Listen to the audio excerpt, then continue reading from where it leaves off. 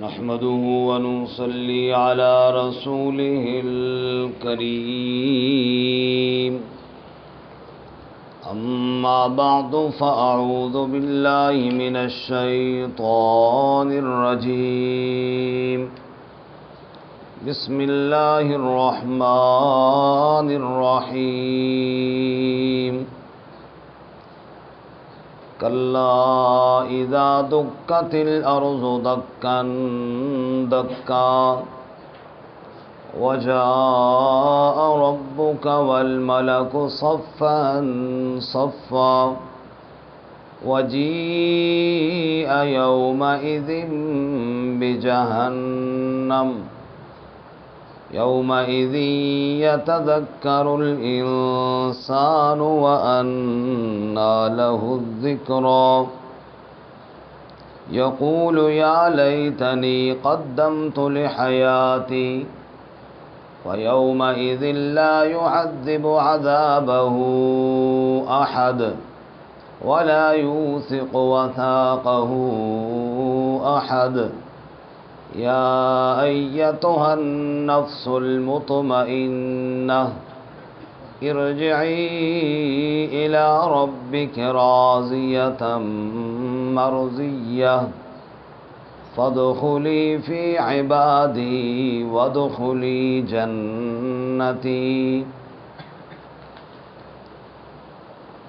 کلا ہرگز نہیں اذا دکت الارض دکا دکا جب زمین کو ٹکڑے ٹکڑے کر دیا جائے گا وجاء ربک والملک صفا صفا اور آئے گا تیرا رب اور فرشتے بھی قطار اندر قطار وجیء یومئذ بجہنم اور لایا جائے گا اس دن جہنم کو یومئذ یتذکر الانسان یہ وہ دن ہوگا جس دن انسان دھیان کرے گا غور و خوض کرے گا وَأَنَّى لَهُ الذِّكْرَى اور کیا فائدہ اس کا نصیحت حاصل کرنے کا یقول کہے گا یا لیتنی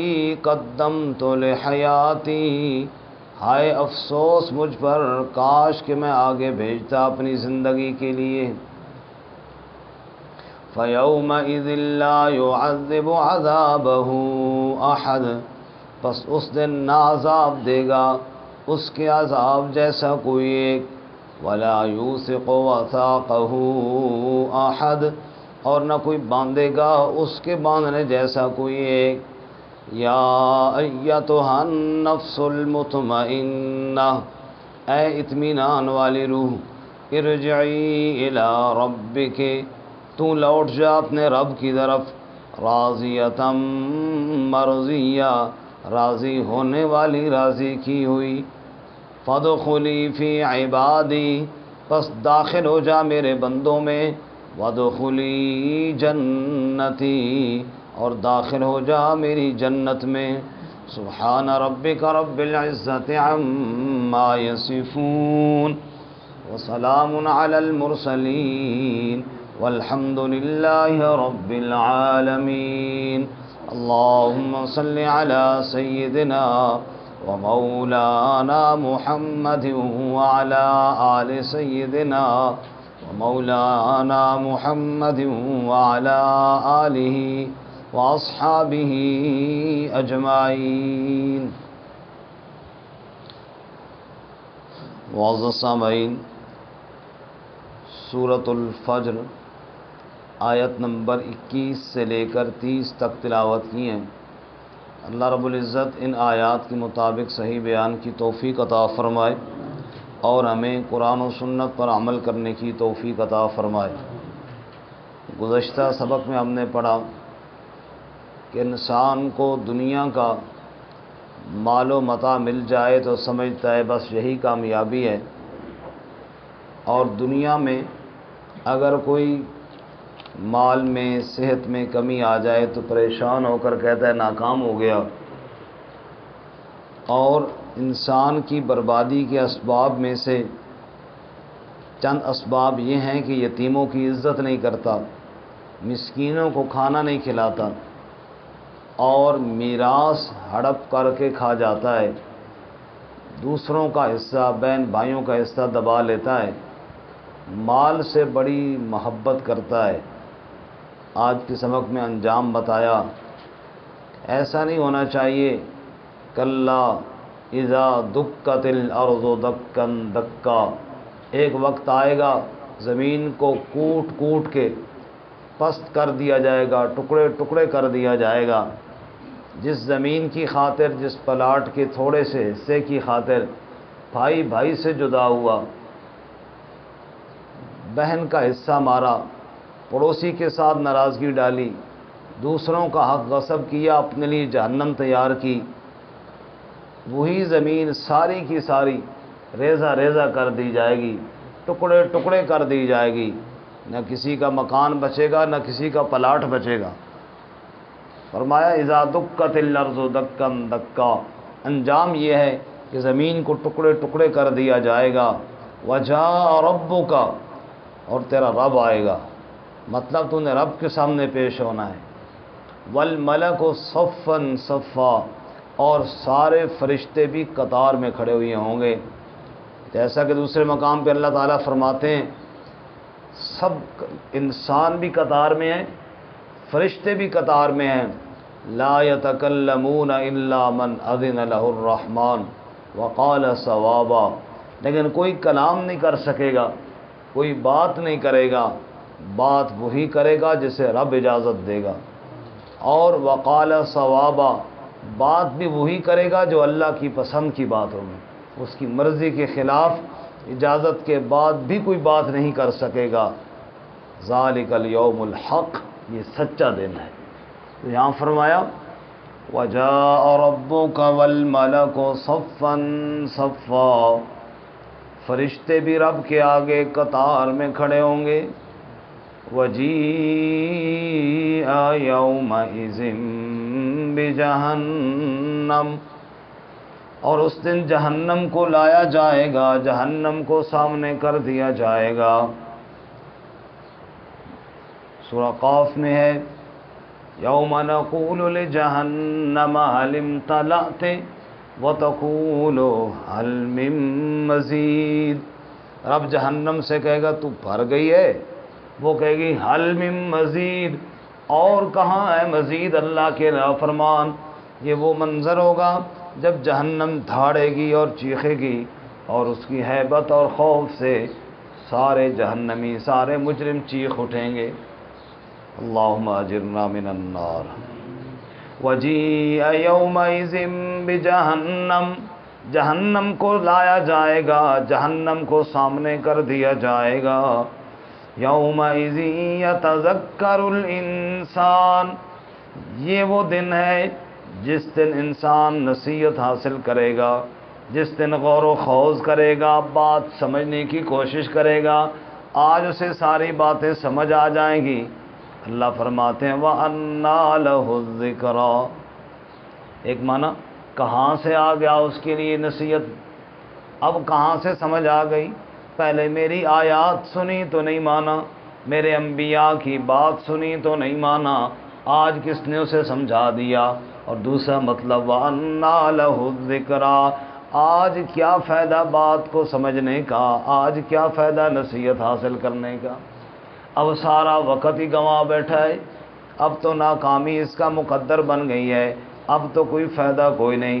اس وقت انسان کہے گا، یقول، کہے گا یا لیتنی قدمت لحیاتی، ہے کاش میں نے آگے بھیجا ہوتا اپنی زندگی کے لیے، سارا کچھ دنیا کے لیے کرتا رہا، کاش اس کے لیے بھی کچھ کرتا، کچھ تو اللہ تعالیٰ کو راضی کرتا، کاش میں اس زندگی کو مد نظر رکھتا۔ سورہ فرقان میں ہے نا، اس دن انسان کہے گا یا لیتنی اتخذت یا ویلتا لیتنی لم اتخذ فلانا خلیلا، ہے کاش میں نے کسی فلانے بے ایمان کو دوست نہ بنایا ہوتا۔ ہماری زندگی کی مثال ایسے ہے، جیسے ایک آدمی دو راہے پہ کھڑا ہو، ایک راستہ ادھر جا رہا ہو دوسرا ادھر جا رہا ہو، منزل کا پتہ نہ ہو تو وہاں دو بندے کھڑے ہو، اس راستے پر بھی اور اس راستے پر بھی، ایک وہ راستہ جو سیدھے ہاتھ پہ ہے، وہاں ایک خوبصورت شخص کھڑا ہوا ہے اور وہ کہتا ہے یہ تیری منزل کا یہ راستہ ہے، وہ راستہ بڑا کٹھن سا ہے، کوئی خاص سڑک نہیں بنی ہوئی، کہتا ہے یہ راستہ ہے اور آگے تیرا گھر آ جائے گا۔ دوسری طرف ایک اور شخص کھڑا ہے، وہ راستہ ایک دکھا رہا ہے، دوسری الٹے ہاتھ والا راستہ بڑا خوبصورت ہے، کہتا ہے اس راستے پہ چل تیری منزل آ جائے گی۔ فرمایا یہ دو راہے پہ جو ہم کھڑے ہیں، دائیں جانب والا راستہ بتانے والی شخصیت ہے محمد الرسول اللہ صلی اللہ علیہ وسلم۔ راستہ بڑا کٹھن ہے، راستہ دشوار گزار ہے، اس میں حرام سے بچنا ہے، اس میں بدکاری سے بچنا ہے، اس میں سود سے بچنا ہے، فلاں فلاں فلاں پابندیاں ہی پابندیاں۔ دوسری طرف جو بلا رہا ہے وہ شیطان ہے، راستہ بڑا چمکا چمکو کے اس نے رکھا ہوا ہے، عیاشیاں ہیں، کوئی پوچھ گوچھ نہیں ہے، جو مرضی کرتے آؤ، دل میں آئے کرو۔ لیکن اس کے آگے جو انجام ہے، اس راہ پہ جائے گا جس راستے پہ رسول اللہ صلی اللہ علیہ وسلم نے بتایا، تو راہ جو ہی ختم ہوگا آگے فرشتے اس کا استقبال کر رہے ہوں گے، تتنزل علیہم الملائکہ اللہ تخافوا ولا تحزنوا وابشروا بالجنۃ التی کنتم توعدون۔